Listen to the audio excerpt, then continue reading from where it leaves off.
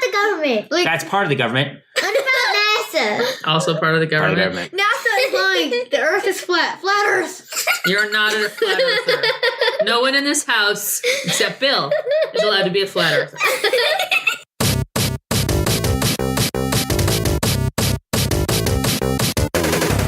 This is UnpauseIt, a podcast by a family of geeks. I'm Lady Disdain, and I'm 43 years old. I am the sauce underscore, and I am 11 and a half. Underscore the data byte. 41. I'm Furious Girl, and I am 9. We are kicking off our next episode of this podcast, and we have just watched Thor: The Dark World, which is Thor 2.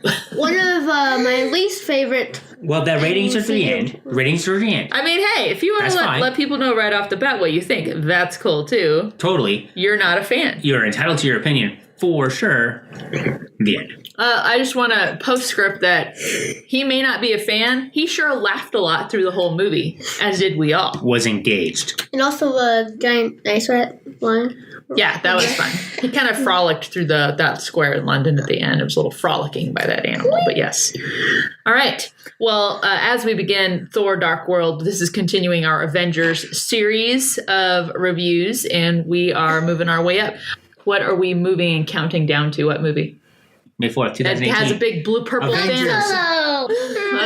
gosh. You failed. No, we are counting down to have the entire MCU reviewed and podcasted from our family before Avengers. Infinity War. Right. Yes. Dun dun dun. Wait, So, Giorgio, what's your screensaver on your laptop?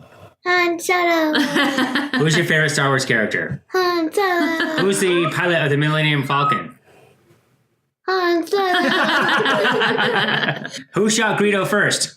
Han Solo. Greedo. Who shot Han Han Solo. Greedo shot. Take that, George Lucas. Can't change Wait, no, the past. Palpatine shot first. No. Anyway. Pure logic. So, Let's circle back to what we're actually talking about, which is Avengers stuff. So, Thor: Dark World. We're going to move on down through this movie. And first of all, the Databytes is going to give us some information about the general cast and such. Databytes. So this is Thor: Dark World, Thor 2, released in 2013 in November. So it is a fall release, which coincides when Thor Ragnarok was released. It's also November. Oh, okay, cool. So it was kind of, I didn't really correlate that, but yeah, that kind of works. But this one came out in 2013 in November. This was after Iron Man 3, which was very good, well received, made a buttload of money. This is... How many buttloads of money did it make? Well, I guess we're going to talk about that. That's at the end. The Chris Hemsworth returns as Thor, Natalie Portman as Jane Foster, with a bigger role in this one. Yes. Even though she had a fairly significant role in the first one, this one I think was better.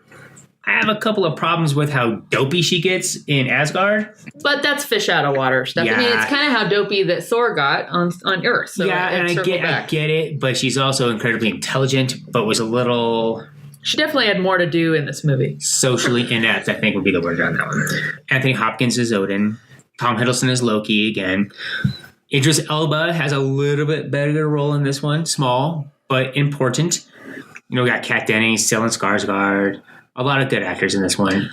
We had someone switch out on this movie who is not the original actor from first Thor. Right, so it's not the first recasting in the MCU, but a minor character, which upsets some fanboys. But I really didn't care. He did a good job. It was a good character. I didn't tell the difference. He looks slightly different. He had less of a coif, if you will. I mean, I think in the first movie, I'm like, wow, that looks like a wig. His laugh was a little bit better in the first movie. Like the first actor was Still ladies' man. Yeah. But, no big deal. I think some of the best parts are Stellan Skarsgård's character, who returns as Dr. Selvig. Mm-hmm. So he's integral in Thor, in the Avengers, and now in this. So we're tying everything together. But that is as far as the movie specs. It's directed by... Get your magic in order. I know, Alan Taylor. Directed a lot of television. Okay. Several Game of Thrones episodes, things like that. Oh, we got some GOT fans probably listening to this. So never seen it. too much sex and dying for my tastes. I donated blood this last week, and they were talking about people who are, I'm scared of donating blood. I'm like, do you watch Game of Thrones? Then stop. Because there's so much blood and gore in Game of Thrones. Give me a break. Let me go do around the table a little bit. Furious Girl, was there a particular character that you favor in this movie? In Thor Dark World? Loki, when he turned into Captain America. We'll talk about that with favorite scenes too. Totally. Willis, how about you? Or the sauce? Who was your favorite character that jumped out to you? I don't know. You don't got a favorite? That's fine. Now, one of the topics we often talk about, which gets a little tougher when we are hitting the sequels to different movies. So sequels. Speaking of sequels, that's okay. Just go ahead and interrupt me. That's fine. I will. This is to wake the sauce up because we were watching the first disc of the second DVD set of Lord of the Rings: The Two Towers. We have interrupted that sequel to watch this sequel. So we want to make sure that we are in sequel. So we have a sequel within a sequel here. Okay, this actually, I can tie this back into our conversation. Some of the evil characters in this movie are the Dark Elves, and I think they had to try hard to make this not seem like Lord of the Rings elves. So elves, I think so, because I think before these movies, if you thought of elves, you're like, oh, like Lord of the Rings, Elrond and all those people, and Galadriel and all these things. I thought this movie did a decent job keeping these elves different than those elves. What do you think, Sauce? I don't know. Okay. Are you sure? So you actually saw Malekith as, say, Legolas, just same? just the same? Yeah. They do make... No. The curse looks exactly like Legolas. How about you? Well, it didn't really confuse me because they had things around their ears, most of the elves. They look different, right? Exactly. Yeah. Different. Pop quiz. There was a Lord of the Rings reference made in the Avengers. Do you remember? I don't remember. It was Iron Man grabbing Hawkeye. Pucker up, Legolas, he says. No, he said clench up, Legolas, not pucker up. What kind of podcast is this? What? A weird one. It's snowing. Apparently a disgraced one did. Right. It is snowing. It is 14 degrees. At least the neighbor's sidewalk has been power... Exactly. And it's snowing again. It's so loud. It's coming out. Nothing stops a podcast like a snowblower. Or a lawnmower. Or a lawnmower. Right. or a giggle fest with flaring nostrils. Oh, man, those nostrils. That just brought it all to a screeching halt right there. Burp. Seriously. Or a burp spray. I can do on cue. Yeah. You guys, I swear, one of these days, I'm going to make a gag reel and post it in our Facebook group, which we have a Facebook group for UnpauseIt, but where it's just Willis Belch's. Like, here are the variety, the montage of belches. So, as I was saying, though, we tend to, it's a little tougher to cover superpowers. That's on our list of notes, and it's a little tougher sometimes to cover that. Although, you can still do it with some of these movies, especially the sequels or the third movies, where sometimes our superheroes tend to get into new areas, new powers they experience. Right. Just a tiny, not a real spoiler alert, but just a little heads up. When we get to Thor Ragnarok, for instance, we're going to see a new superpower by Thor. No. Yes. It's not a new superpower. Well, are we talking about Ragnarok? Yes. A realization. No, I'm alluding to it. That's not a new superpower. That's a realization. Anyway, but that's for the next one. We'll get there before May 4th. We talk a little bit. So I did write down a superpower, but I want to kind of hear what you guys think. Did anyone else write down anything for superpowers for this movie? No. I just wrote down Thor, but I wanted to make a note that this movie really made it clear that he was the most powerful Asgardian, perhaps other than Odin. Mm-hmm. Well, I think, too, you see some scenes in here where he's butting heads with Odin, and you do feel that he's kind of arrived to his time, whereas Odin possibly is ready to segue out. What do you guys think about that? Segue. So we thought about the one scene that I'm talking about, and this is not favorite scenes, but this is talking about superpowers. After the Dark Elves invade Asgard, right? And Odin comes back to his throne room, and there's the Dark Elves there. He just points his staff at him, and they're gone. Like, he didn't even have to do anything, and they're dead. So, what do you guys think about that? Well, there was one. This one. His staff is certainly powerful. Right. But he has the ability to wield that staff. Not everybody can wield that staff. That's right. But also, I could not. not everybody could wield. Right. I'm not tall enough. Meow meow. Meow.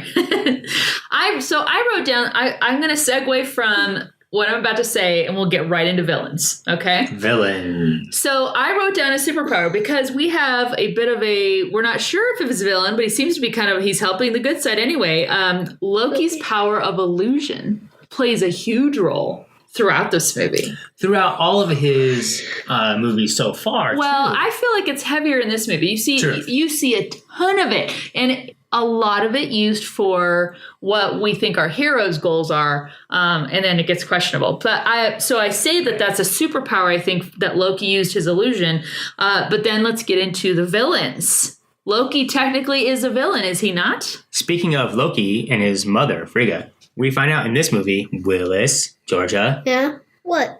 That's where he learned his power to do illusions was from Frigga. Right? Yeah, but Frigga. But once Loki learned how, he was much more powerful in illusions than Frigga. Or we he don't used know. it more irresponsibly. Yeah.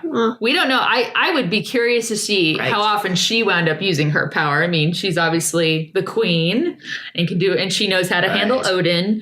But we see her use it in one instance. I'm like, girlfriend, she probably was. And she used it, actually, we see her using it twice. She visits Loki in his cell, and she uses it to protect Jane Foster. That one, totally. But yeah, we see the villains. We're talking about what's the other main villain? Who's the other main villain? Dark elves.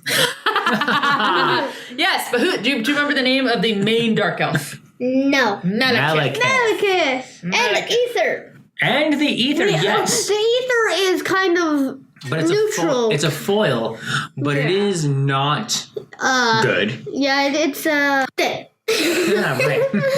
Oh, please. So, but yeah, we have Malekith. Now, I have heard many podcasts, Geez, could it be Collision? Yes, and others. IGN, Jim Vavida on IGN. We have a MCU villain problem. Why can't everything be as good as Kilgrave on Jessica Jones? Because you don't have 10 hours to develop a villain. That's why. Yes, you do. So we have this one here. Why is Malekith trying to destroy life, the universe, and everything? So I think it's two things.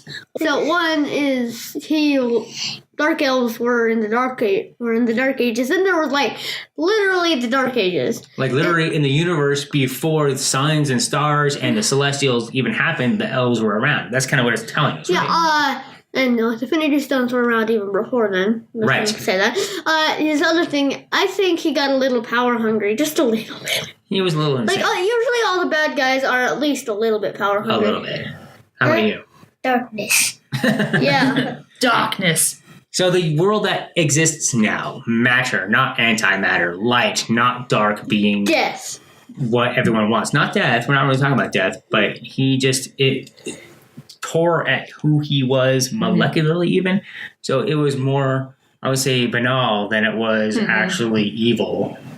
Yeah, I mean, but you always get some men just want to watch the world burn. He just, it's like he wanted to end it all because he's like... He definitely wanted to end it all. Totally wanted to end it all. But some of the criticisms are this enemy is not up to being the enemy of our hero. He was way stronger than Thor when he had the ether. Particularly with the ether, yeah. The ether is sorry for interrupting, but the ether is an Infinity Stone. Imagine all the Infinity Stones together, not in a gauntlet, just all the Infinity Stones touching, just in space colliding, and imagine. I'm wondering. I don't know. Will they converge and create one powerful stone? Will they explode and kill everything? Will they just do nothing and disappear and reappear on the separate parts of the galaxy? And turn into a bunch of pebbles? Like a magnet when you put the together, they just try to repel each other? Or do they just teleport away? Gotcha. Is that a ring of power? No, go. As the sauce was saying, they would probably come into one stone, and if that stone touches anything, it'll explode. If someone powerful enough to wield it, and I don't even know if Thanos would be powerful enough to wield them all bare hand. Without the gauntlet, maybe. Just Yeah. like reach out and grab his stuff. If someone was powerless enough, they would be unbeatable. Like not even an army of Which we're going times to 100 find. Hulks. Which we're going to get to in I think we're a Infinity little War, off for sure. topic too, but Yeah. That doesn't matter. We did a whole mini pod on Infinity Stones. Right. Let's leave that behind. but Villains. this is the reality stone. Yeah. That's all I gotta But say. also, let's talk about Malekith had his sidekick, the guy he kind of imbued with this like almost Hulkish superpowers. That guy was tough. I The don't remember Cursed. his name. The Cursed. That's his name? That's what he becomes. So whatever his name was in before this cursing stone is activated, some sort of technology. And that is they not to be mistaken with an Infinity Stone. It was just No. Dad, Yes. I'm interrupting you, but it might not be technology. It might just be like a He thought magic. Really, He thought like a- magic. Well, okay. or So, just a like but listen, a really remember, rare rock. we're going or back something. to the original Thor. I come a place from where magic and science are one and the same. Okay, so we're going to call this a technology, a magic. You can call it a magic if you want, but his name was Algrim and Curse, like the cursed, very strong, imbued with superpower, just extreme immortality almost, but it was going to consume him and he was going to die regardless. How long it was going to take is kind of unclear. Right. To get into how the cursed is defeated, I wondered in the theater out loud, could the Hulk have taken the curse in a one-on-one fight? Yes, I think he could. Because I think so too. could take Thanos, I bet. Well, we don't know. We don't know yet. I bet him. Hopefully we find out. Now, do you think that, I'm not going to go too spoiler, the weapon that kills the cursed could have killed or would kill? Curious Girl, do you want to describe what that weapon is? That little grenade kind of thing they do where it like sucks things into a... Maybe I just explained it. Implosion grenade. I think you just explained it. Yeah. The implosion grenade? So Loki almost gets sucked into one. What kills the lead elf is his own ship. No, not the lead elf, but the cursed. Remember the... Well, no, she's talking about Malekith. His ship Malekith, falls on right. his face. Right. Right on the face. So, all right, any other villains? We've talked about Loki. We've talked about the Curse. We've talked about Malekith. Sauce. I would like to comment that the implosion grenade probably could do some damage to Hulk, but you can't really kill a Hulk, can you? We tried. He's tried. You can try. Nobody's been what successful. would happen if you? I'm pretty sure we're going to find out. Yeah, what would happen if he could kill Hulk? Would he just lay there, turn back into Banner, then that Banner would die, and a new Hulk would But come if out? his entire molecular structure was sucked into oblivion, would he just be ceasing to exist? I don't know. No, because when Banner tried to kill himself because of Hulk, he shot a bullet into his mouth, but Hulk spit it out. That's right. So he can't commit suicide. But an implosion grenade is not a bullet. Exactly. I know. But it won't work. I think we'll find out. We don't know. So we have Malekith. I think he's a pretty good villain, actually. Maybe a little unexplored.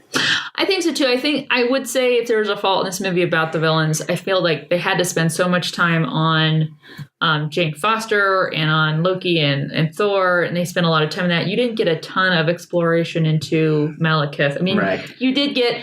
I did find. I mean, I wrote that down.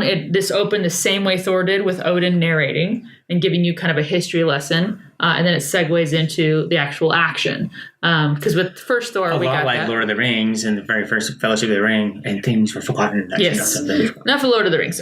All right. So we talked about villains. Let's discuss. Did we talk about Loki fully, though? I don't know if we did. We haven't yet, but I don't want to yet. I'm driving, and I will decide what we're doing.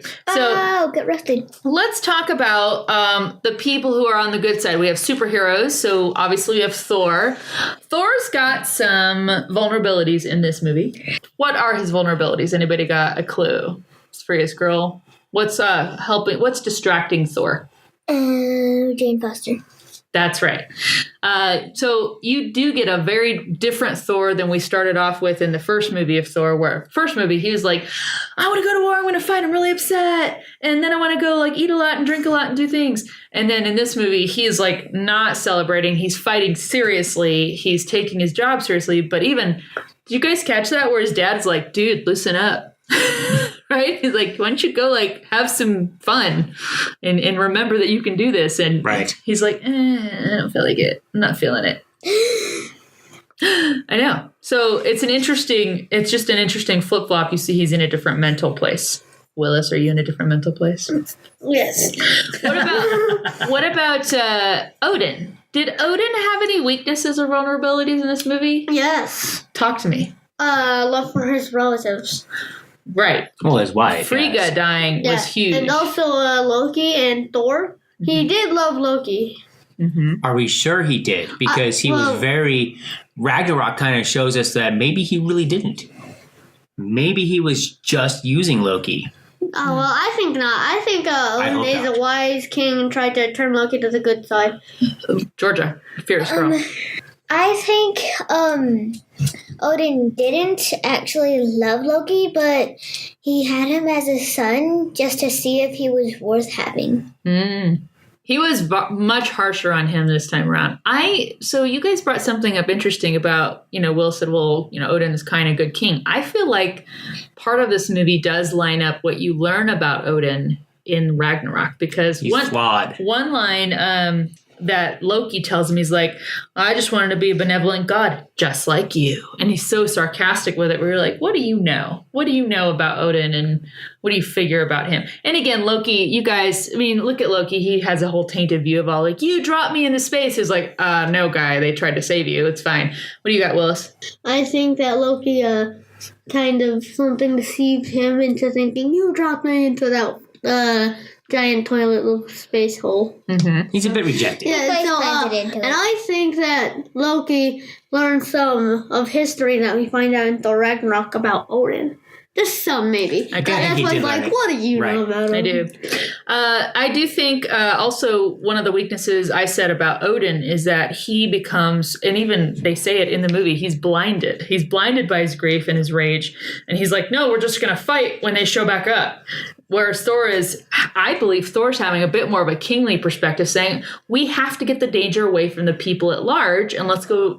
There's a different way to approach this, and Odin's not hearing it, so he has to engage the help of another primary character fighting for good in this, which is Heimdall. Right. However, to back up one half a step, yes, it's alluded to that Odin knows about the Infinity Stones. The mid-credit scene shows that they did know about Infinity Stones, that the Ether became an Infinity Stone in the mid-credit scene. Well, he tells Jane Foster about the stones. He knows about the stones. Right. Doesn't really show that Thor is really learned in that lore and what they are and really tied into that. If he was going to be more forthright and say, hey, this might be an Infinity Stone, we need to keep this under guard because this could destroy everything. Maybe then Thor would have changed his tack. To not threaten, like, oh, well, let's go, just give it back and I'll destroy it. Had he known it was an Infinity Stone, he'd be like, oh, no, I can't. Right. And Odin would be like, yeah, how are you going to destroy an Infinity Stone, something that is not destroyable? Mm-hmm. So I'm not sure he knew that the Ether was an Infinity Stone until after Malekith had died and they recovered it and then maybe studied it and did some tests or research on it. So I think in the story of this movie, it fits, but had Odin been more forthcoming and not so secretive. You guys thinking forward, we'll talk about this in Age of Ultron. Thor does have a bit of an awakening. He gets in that one pool, which we'll talk about at that movie. But in this movie, in Thor the Dark World, he talks about how, Mother told us these stories as children. To him right now, they're kind of a fairy tale, but they become far more real later on. What were you going to say? Any other kind of major superheroes? We don't need to necessarily talk about Sif and the Warriors 3, other than the fact Sif's a little bit rejected in this movie. Sif has a thing for Thor, and she would be the most logical successor to Frigga being the queen of Asgard, seeing as Frigga was way tough. Frigga was a warrior queen, yeah. Right, and so Sif fits that. Jane Foster doesn't. Nope. She's rejected, but she's resolved to, accepting of it, if you will. Other than that, the Warriors 3 had good parts. Mm-hmm. Certainly were very small parts again. We don't need to have a whole movie with the Warriors 3 on them. Yeah. We have good actors playing them, playing strong roles, very strong written. We don't need to have these giant characters for everything. There's not enough time in the world to do that. Okay. Let's move on. Favorite scenes. Furious Girl, you go first, then it'll be the sauce. When Loki turns into Captain America. Those were so And great. is talking about liberty and peace. That was so war. great. I mean, because it was so. And Chris Evans did it. He's the guy who plays Captain America. He does a good job with doing that. So again, go ahead. She's moving on. And then when this is my favorite line. Cat? Darcy? Yes. Darcy. Okay. Meow meow. She says meow meow again. So going back to the Captain America cameo, Chris Evans is quoted as saying, "I spent 2 years trying to make him not campy and silly." Like, he was so upset by it that get it over had it. to be over the top. He's like, I was trying to not do But this. it was, I mean, honestly, so it's funny. one of the favorite moments. I love that whole line where Loki changes. And again, talking about the illusions where he just then he turns Thor into Sif. And Sif's Thor's like, this won't make me killing you any less painful. Right, that's pretty funny. Yeah, it was good good. scene. Good scene. How about you? What's your favorite? What are your favorite scenes? Okay, I better get my pants from Eric Selvig. They're about to go on the quest, and they're like, no, and dramatic music is playing, no, and then Eric's like, better go get my pants. That was so. He had such great lines and great Right. moments in this. Okay, and the second one. Okay. But remember when they're falling through space and time and matter and Yeah. science, and they land on the glass thing, and they're just like, they're like falling like that. Right? That is really all good. the people in the outfit are like, whoa. And right then, if Malachar looked Malekith. Malekith, Malachar. In the car. looked anything more like an Asgardian, not an elf. Like a small, stupid, fat elf. Then it would look like, oh, those guys are bros. But then they start fighting, and you're like, oh, those guys are not bros. Oh, those guys are pros. All right. How about you, the Dad Abides? Favorite scenes? I do like the get in your pants line. That was pretty good. I do like Thor putting his hammer on the coat rack. And I said, the coat rack is worthy. That was very funny. A couple of favorite scenes. I do like the beginning where the cement truck is spinning, and the effects on that were really well done. That was really good. Agreed. I did have a lot of favorite imagery from this one. I do really like Frigga in the cell with Loki, and you realize that, oh, she's doing the same thing that he did to everyone else, but she's there. Yep. And then when she stands up to Malekith, those are the ones that stand out to me. So good. And then right after she stands up to Malekith, and Thor comes in, and they're like, oh, and they had to get out because it was going down. Yeah. What about you? You're going to add more? So I was going to say, a human can lift a cement truck, a really large, actually, cement truck, probably with some cement still in it or something. And a child could do that with 2 fingers. Imagine what Hulk could do. Like, Well, yeah, it was doing that because it was in a like, weird what space. could he lift? Lots. The Empire State Building? Well, maybe. All right. I've got a few favorite scenes as well. I love... I'll just say I really do like Loki. I think he adds Right. so much to this universe. And you just don't ever know which way he's going, which I do like. I like the guessing game of it where you're not sure what team he's on. He's always on Loki's team, that's for sure. I thought the Viking funeral was beautiful. I loved, Yeah. and I'm getting a big thumbs up from you. You were just a big mouthful of water right there. Like, yeah. I loved it. It was beautiful just seeing Frigga's, the boat carrying her out, and they light the torch. And then you just see the rest of the boats of all the other warriors that had died. And the way he moves Frigga's out and turns her into the stars. And it was beautiful. The music was beautiful. It was moving. You're just like, dang, this was heavy. So I really like that. I love the whole, it's kind of a montage, but a really well edited job of them planning the escape out of Asgard. Right. The way it was edited to where they were planning it, and then you would see it happening, but then they go back to planning it, and then the next thing would happen, they go back to planning. That was a really good job. It was really well. Yes. So something I forgot to say, I actually have some things I have to say. Other things, but the thing that was on my mind when I rose my hand is this thing. When when Eric said there hasn't been a convergence for thousands of years, I wonder whether that was a convergence where Malekith's first tried to do it, or it was a second convergence. Like how many convergences has happened since that actually was? Yeah, Right. I mean, maybe We don't know. maybe Yeah. none, maybe 200. Right. How old is Boar? Right. All right, Stan Lee cameo. I heard someone during the Stan Lee cameo say right out loud what she thought of it, and that would be you. What did you think of Stan Lee's cameo in this one? 10. 10 out of 10. I put a smiley face. It was a very Can well I have done. my shoe back? It's the second best Stanley cameo I've ever seen. I like it when they're short and you see him, you actually know it's coming. Like you see him and you're like, Stan Lee! And then then the next little cut, then he says something. So you're like, okay, it was short. He wasn't anyone famous. He was just in the room. And you're like, ha ha ha ha. And He's you in move on. prison. Yep, he's in a mental asylum. All right, major battles. Everything. It's quite No, a not bit. the whole movie. It's not the whole movie. Don't No. even say that. What do you got? Elves at the very beginning. Versus Boar. Right. Yeah, that was a major one. The one where the queen dies. Yeah. Oh, and that's pretty much them, the invasion into Asgard. That's a big one. All the way. And then the rest of the movie. How about you, Sauce? Did you have anything written down? I had Asgard and London written down. That's astute. That's what I remember. their heat is trying to come on, even though it should because it's cold outside. The heat is on.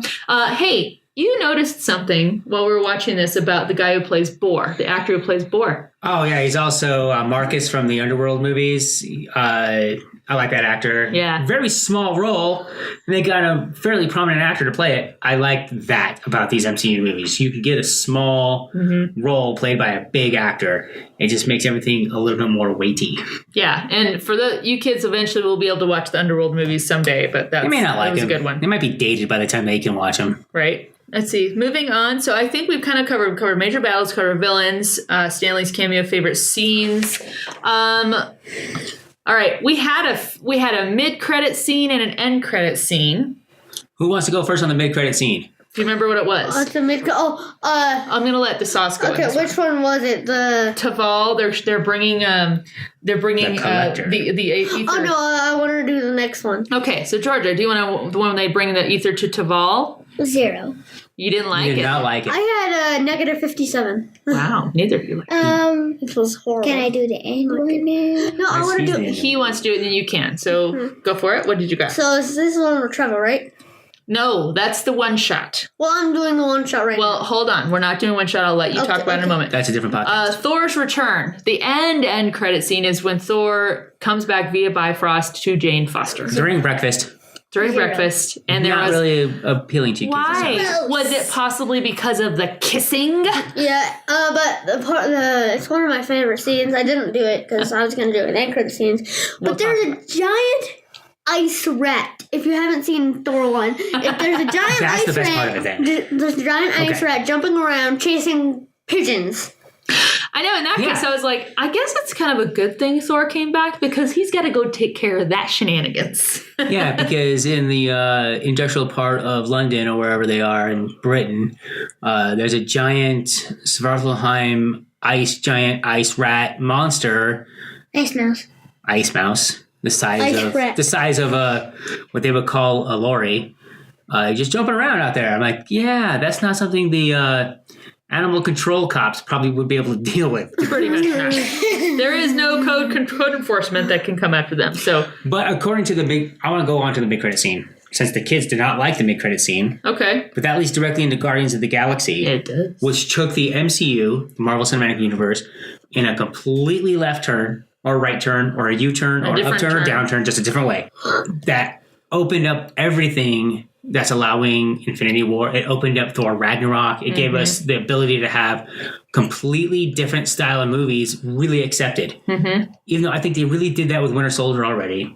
And Iron Man 3 being different movies than before. They weren't origin stories. Yeah. They weren't, well, it was kind of a Winter Soldier origin story, but that was more in the background.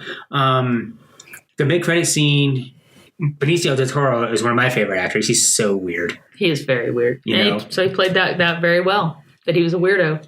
So I do like the mid-credit scene, but it is directly tied into the next movies. That's why it's a mid-credit scene. The end credit scene is like, oh, well, if you see Age of Ultron and there's Thor, you just kind of assume he came back first. They like contacted him somehow, or like we're like Heimdall out in the front lawn, and like Heimdall's like, I can see you, and then they just send down Thor. You don't really need to have seen that end credit scene to know that he was back while Jane Foster was eating Shreddies. That's right. Which is apparently a British cereal. Right. All right. So we talked about the end credit scenes. Yes. Can we do the one shot thing? Let's talk about one shot. So, you guys, anyone who's watching this or listening to this podcast, Marvel does provide a series of one shot clips. They're available on the Blu-rays as extra features. We did talk on a prior podcast about the one where Coulson, he's on the way to New Mexico. And Peggy Carter. And Peggy Carter is in one. That was a really good one, too. This one is about your guys' favorite actor from Iron Man 3. Played by Ben Kingsley.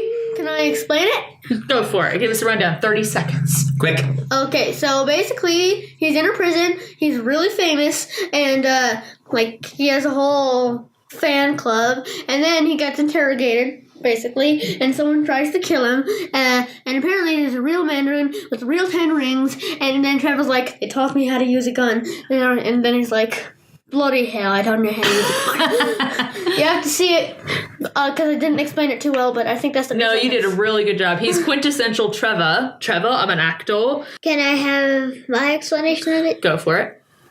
So, he's in a prison. Everyone's shouting Trevor as he's going to a cafeteria or something. And people are asking him to do the voice. And there's Hammer Person. And then interrogations happen. And then he busts out of jail. Done. So one thing interesting about this is if you guys recall in Iron Man 3, Mandarin is supposed to be part of the 10 rings. The leader of the 10 Rings. Yeah. And in the comics is a very stereotypical racist Asian Fu Manchu type thing. It was developed in the 60s when it wasn't quite so sensitive to people. They would do that because, this is now obviously Asian, not there obviously wasn't racist. as much, it was a little bit different dichotomy. There was less guidance as far as like if they should do that or not. So they couldn't really do that in today's age.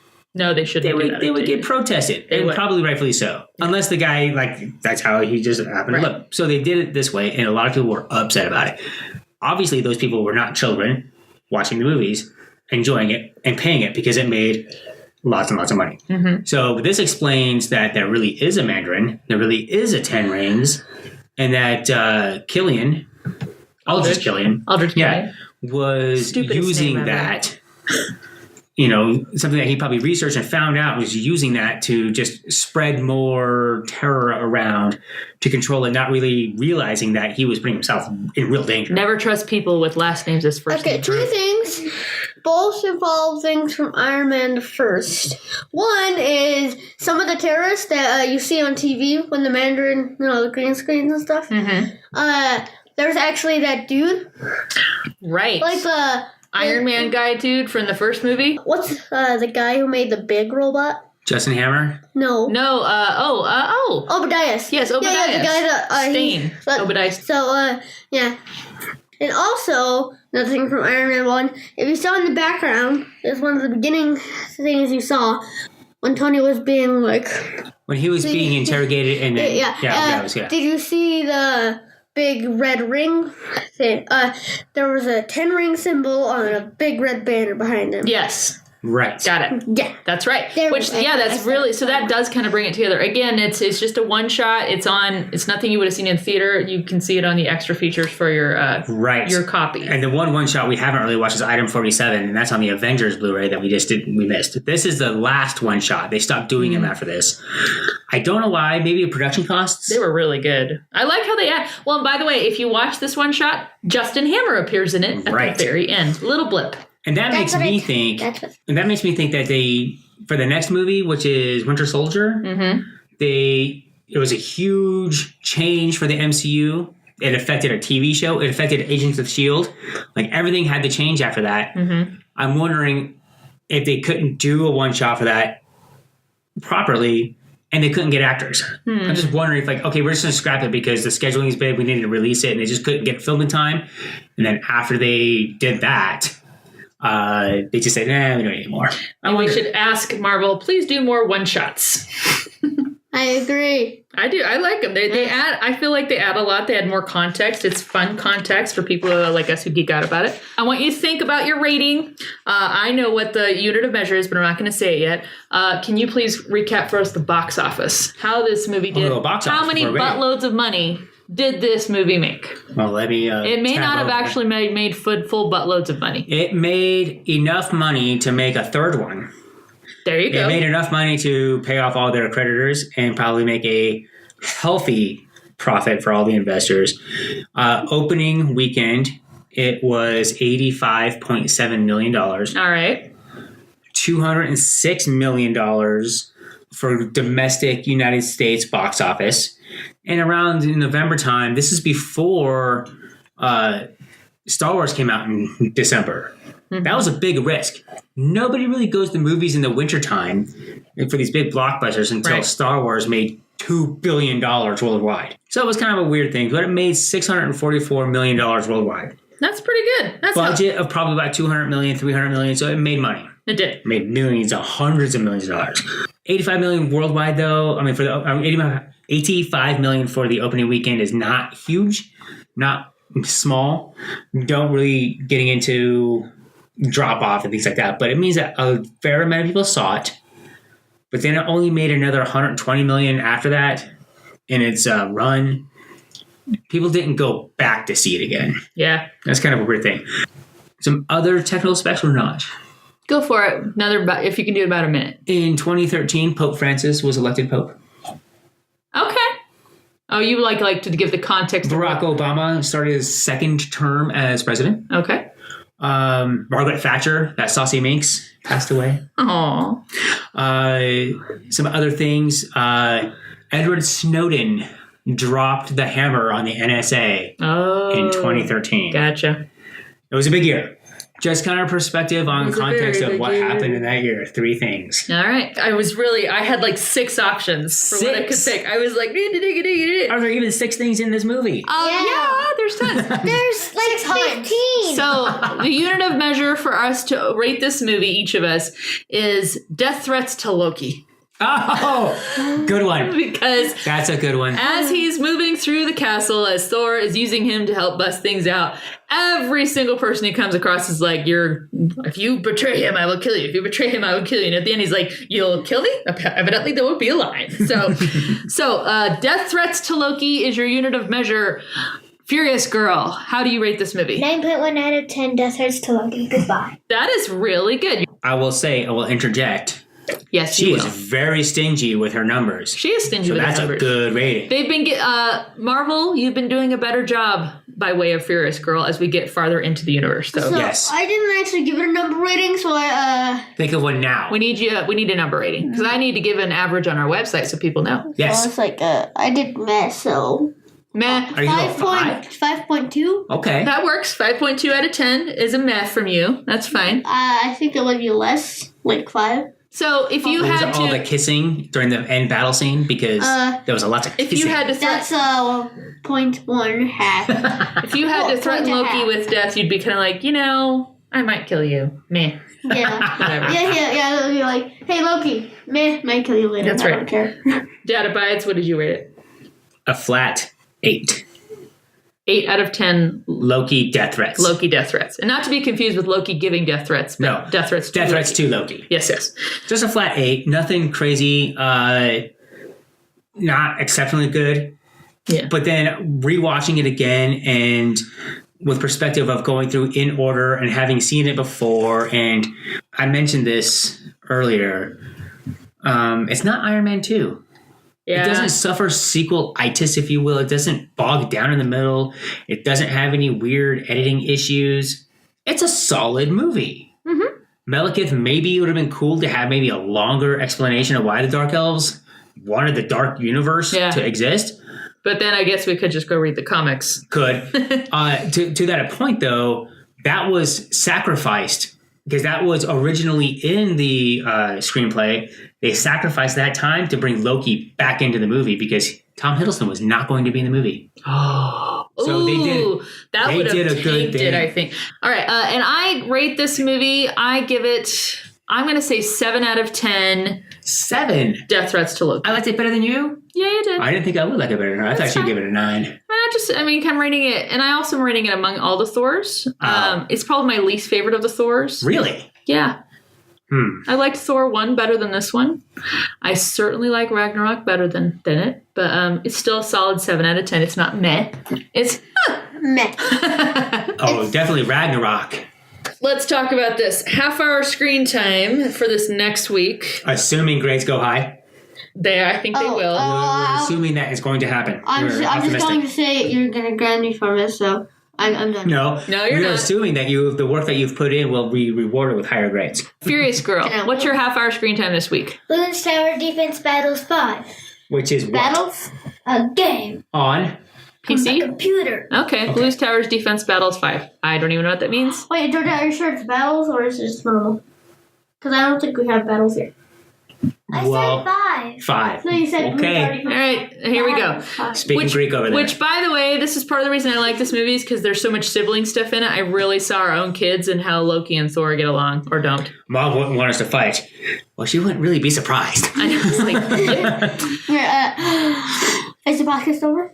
nope, yeah, you're going to give me your half-hour screen time if you're able to do that. We're assuming you can. Well, I say, man, I'm not doing it. Because I don't. Okay.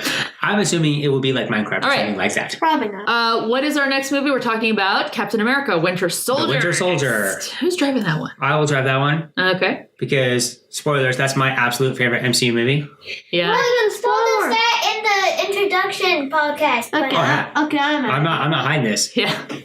You know, I think it's the best one. I think it's the best well done one. I think a lot of people share that opinion, Sure. as of right now, that's what's great about this whole thing is as movies come out, Captain America: Winter Soldier is still really tops, but you never know, it could get displaced by another movie. Probably not Black Panther. Ragnarok is close. It doesn't displace it. I'm thinking maybe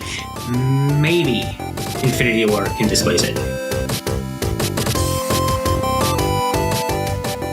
Follow us on Facebook, Twitter, or YouTube, and visit us at UnpauseIt.com.